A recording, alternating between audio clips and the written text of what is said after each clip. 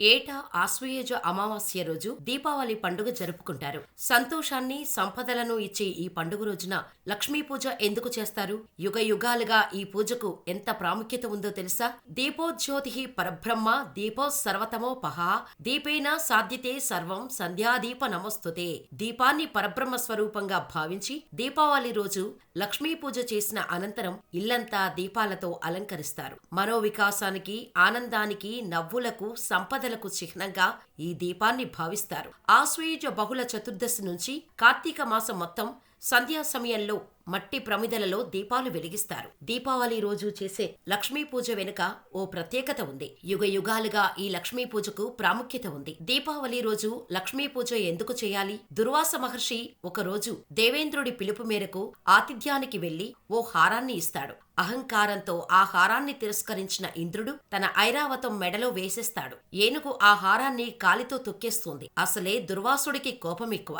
ఇదంతా ఆగ్రహించిన మహర్షి దేవేంద్రుడిని శపిస్తాడు. ఆ శాప ఫలితంగా తన స్థానాన్ని, సర్వ సంపదలను కోల్పోయిన దేవేంద్రుడు దిక్కుతోచని స్థితిలో శ్రీ మహావిష్ణువును ప్రార్థిస్తాడు. కరుణించిన శ్రీ మహావిష్ణువు ఒక జ్యోతిని వెలిగించి దానిని శ్రీ మహాలక్ష్మి స్వరూపంగా తలచి పూజించమని ఉపదేశిస్తాడు. ఇంద్రుడు అలా చేసిన తర్వాత పోయిన సిరి సంపదలు తిరిగొచ్చాయని పురాణ కథనం. అప్పటినుంచి లక్ష్మీదేవిని పూజించిన వారికి సర్వ సంపదలు చేకూరుతాయని విశ్వాసం. ద్వాపర యుగంలో దీపావళి భూదేవి వరాహస్వామికి అసుర సమయంలో జన్మించిన నరకాసురుడు తల్లి చేతిలో మాత్రమే మరణించేలా వరం పొందుతాడు. వరగర్వంతో లోకకంటకుడిగా తయారైన నరకుడు ముల్లోకాలను పట్టి పీడించాడు. నరకాసురుడి బాధలు భరించలేని దేవతలు, మునులు, గంధర్వులు శ్రీ మహావిష్ణువు వద్దకు వెళ్లి తమ గోడు వెళ్లబోసుకున్నారు. వారి మొర ఆలకించిన శ్రీ మహావిష్ణువు ద్వాపర యుగంలో కృష్ణుడిగా అవతరించి సత్యభామతో నరకాసుర సంహారం చేశాడు. నరకుడు చతుర్దశి రోజు మరణించగా ఆ తర్వాత రోజు దీపాలు వెలిగించి